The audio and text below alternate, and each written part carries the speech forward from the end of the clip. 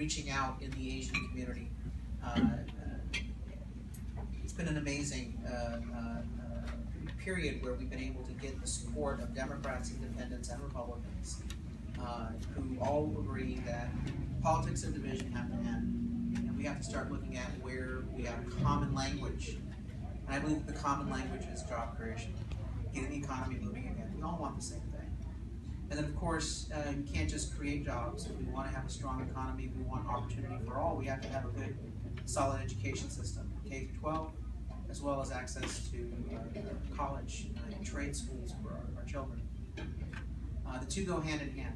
And ABA has been a strong leader and voice, not only for the Asian community, but for prosperity. And so I really appreciate the work that we've done in the past. As it relates to how do we create a more business-friendly environment, I look at it as 4 legs on the chair of economic prosperity. First, we have to reform the tax code so that we can create a simpler, fair, and flatter tax code where people pay a fair share, but we're able to reduce rates on everybody because we close the unfair loopholes. Big business has lobbyists, they have CPAs, they've got tax attorneys, they've been able to get special subsidies, loopholes. Last year, General Electric made $108 billion, but they paid nothing in corporate taxes.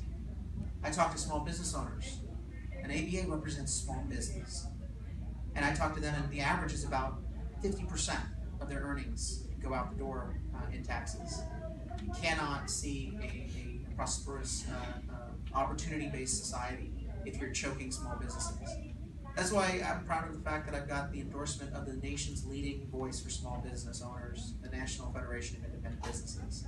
Because they know that I'm going to fight for the little guy, I'm going to fight for the small business to reform the tax code, to make sure that we stand up for their voices, because big business already has a big voice through their corporate contributions to political candidates on both sides of the aisle, by the way.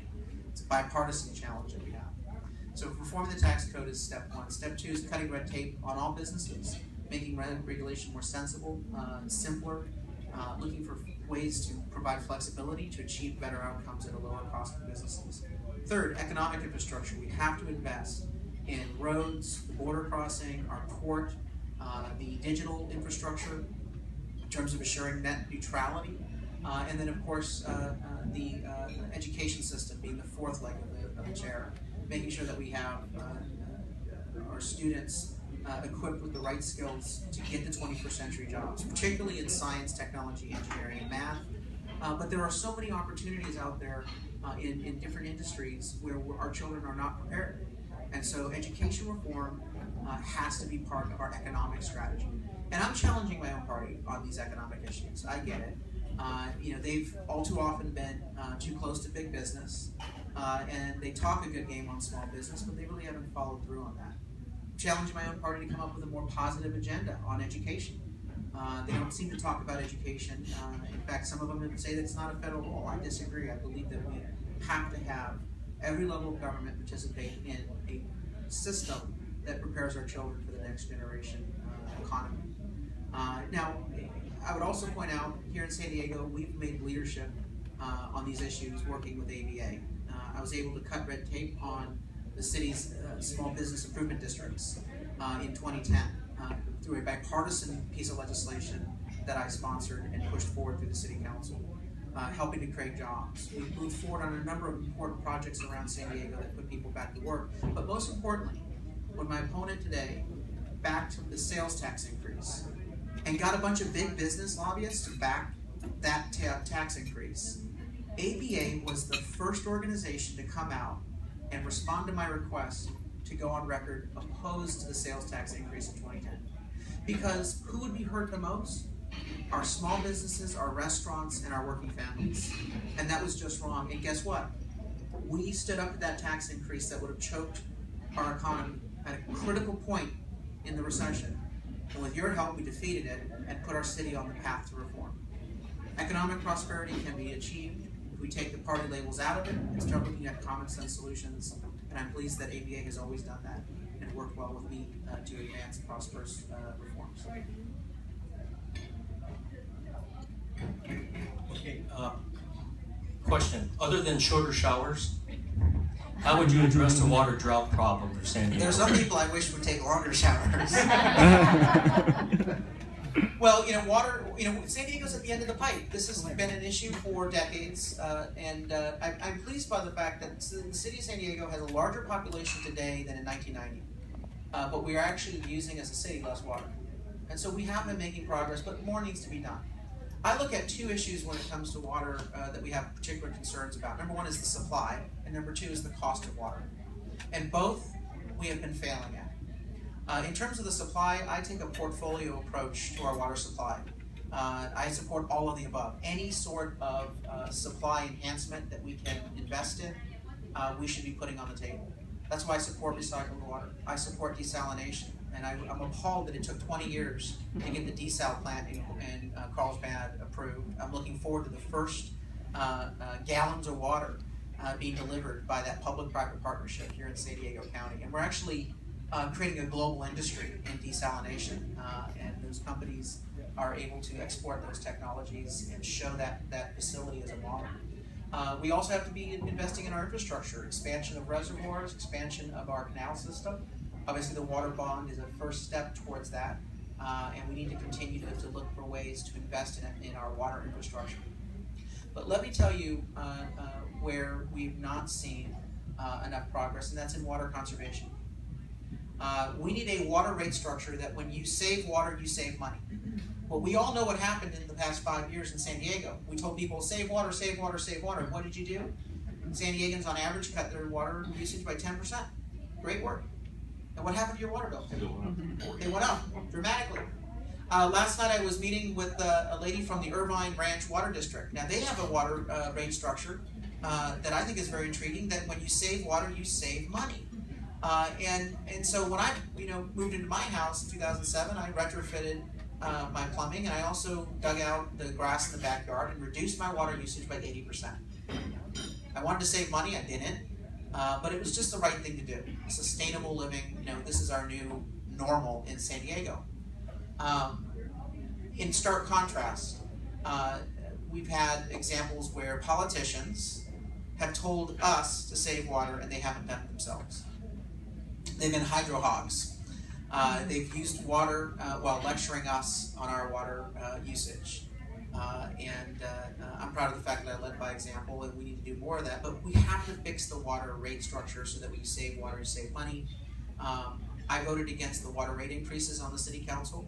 My opponent doubled our water rates while on city council, 100% increase for working families. But you know who he didn't impose a water rate increase with severity on? Big business that contributed to him. And so he was actually caught by the federal government violating the Clean Water Act. The Kroll report documents all this, and it's on the internet at badforsandiego.com. He was found knowingly charging small businesses and residents higher rates, knowingly charging them higher rates, so that he could turn around and give water rate breaks, subsidies to big business. That's wrong. When your legal advisors tell you that your water rate structure is not fair, and to sit in a closed session and have a council member say, well, let them sue us. They'll never really know, and if they do, just let them sue us, which is a direct quote, by the way, from the Kroll report. That's wrong. And so I supported a number of reforms. The one that we did the most to save money for ratepayers is there was a bonus program called Bid to Goal that gave out unsubstantiated bonuses to water department employees at your expense. Instead of money going into our infrastructure to prevent sewer spills and to invest in reservoir enhancement and expansion, they paid out tens of millions of dollars annually in water department employee bonuses. First thing I did when I got on city council is I demanded an audit of the program. The audit came back and said 95% of all water department employees annually got these bonuses. 95%. It makes you wonder what these other 5% that didn't get the bonuses were doing. It must really be good to dodge the bonus in that environment. And the auditor said we could not find any justification for the issuance of these bonuses. And I was able to build a bipartisan coalition to eliminate the bonus program and return those funds where it should be, into our water infrastructure and into the ratepayers' funds to protect them. Water is an important issue. I'm passionate about it. I was able to make a lot of progress, but much more needs to be done in San Diego to secure our supply and secure an affordable rate structure for working families and small businesses. Thank you, Carl. So we've heard a lot about minimum wage. So should local jurisdictions be allowed to regulate minimum wages?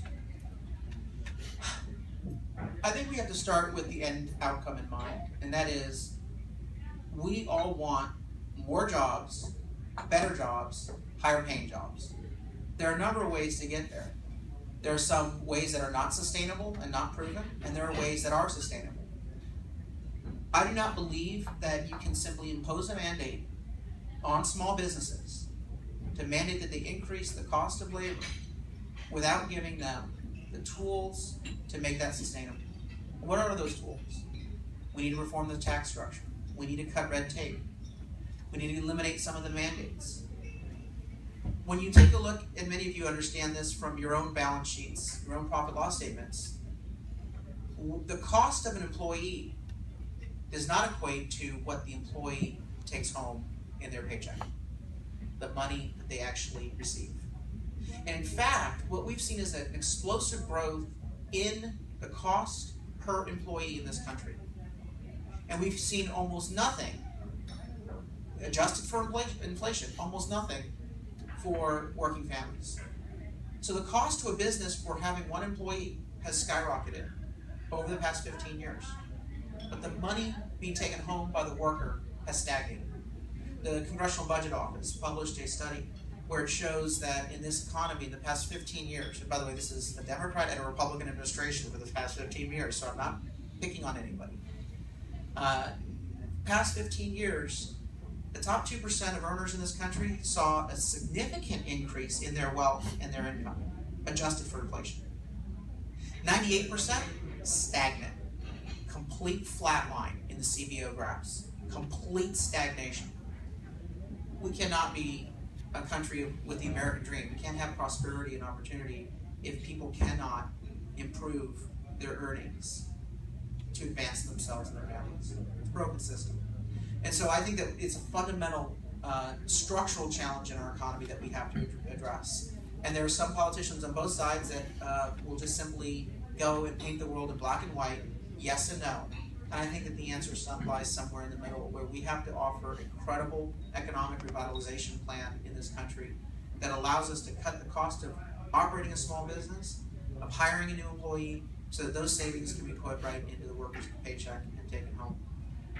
And I'm looking forward to offering those types of solutions as your next member of Congress. Great, thank you, Carl. So, questions and answers. Well, you got the answers, we got the questions. So, does anybody have a question? Don't be shy. Don't be shy. Oh, okay. Robert? What are your thoughts? Oh, wait a minute. Are you an ABA member? Yes. Are you going to be going to the gala? No. Yeah, of course. Oh, you okay? Yeah. You're going to buy a silent auction. They keep bidding up the questions. Don't pressure else. Yeah. I knew I shouldn't have been first. Carl, I'd like to get your thoughts on what you think about federal immigration policy in two contexts. One would be corporate-related immigration, visas for engineers, executives. Another would be in terms of the undocumented population. Thank you. Sure. I think that our immigration system is broken, and we have to deal with two challenges. One, we have to secure the border. And number two, we have to improve the way in which we manage our immigration system so it's sensible, so it's strategic, and it's fair. Let me tackle both of those. I believe that securing the border is a prerequisite to any sort of immigration reform. Secure the border first, or else you can make as many changes as you want in our immigration system, and you will continue to have major problems as people say, well, I don't like that system, I'll just cut in front of the line. There's also a national security issue that's at stake when it comes to our securing our border. So you get two benefits. We have had both political parties refuse to make progress on securing the border for different reasons. And both have political reasons and political motives. that they want to continue to have this problem linger, be a divisive issue to motivate both sides of their extreme bases, and I think that that's wrong. We have the ability in this country to secure the border and settle that issue. And a supermajority of Americans, independents, Republicans, and the majority of Democrats agree that we ought to secure the border. Second, on immigration, we ought to make a more strategic approach to how we are looking at opportunities to bring people and invite people into this country to be part of the American dream. I'm going to challenge my own party when it comes to their heated rhetoric on immigration. We are a nation of immigrants. It's what's made us strong, not weak. I want to start talking about immigration in Washington the same way that we talk in San Diego about the diversity of our communities. San Diego is one of the most diverse cities out there. Think about it. It's an amazingly diverse city. And yet, we don't have some of the tension and the strife that other diverse cities around the country have. We don't have the balkanization. People are very respectful. People are very appreciative of what everyone brings to the table. And it's kind of the San Diego kind of laid-back approach of mutual respect. And I think we need more of that in our national discourse on the issue. I'd like to change the visa programs so that they are more strategic in looking at the types of skills that we want and need to have a thriving economy. I would expand the high-skill visa program, H-1B visas, because clearly we have a shortage there.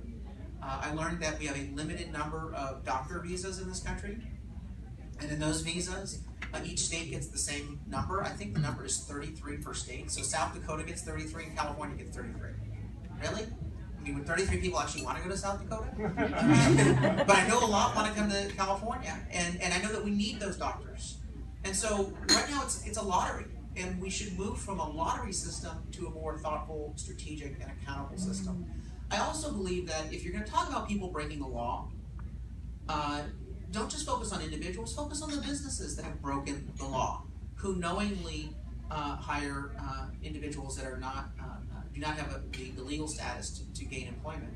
And so I do support expanding E-Verify, and if necessary, expanding enforcement and sanctions against repeat offending companies that take advantage of these individuals. So I think that the Republican Party has not been philosophically consistent when it comes to enforcing the law, and I think that we need to have a sensible immigration system that, once reformed, that we expect people to follow it. Okay, thank you. Lois, are you a member of ABA? Are you buying tables? Need you ask. Carl, what do you think the United States role should be internationally and militarily? That's a great question, particularly given the events of last night. As many of you know, turn on the TV, the airstrikes have begun against ISIS. I really subscribe to the Kaplan-Berger test on national security issues.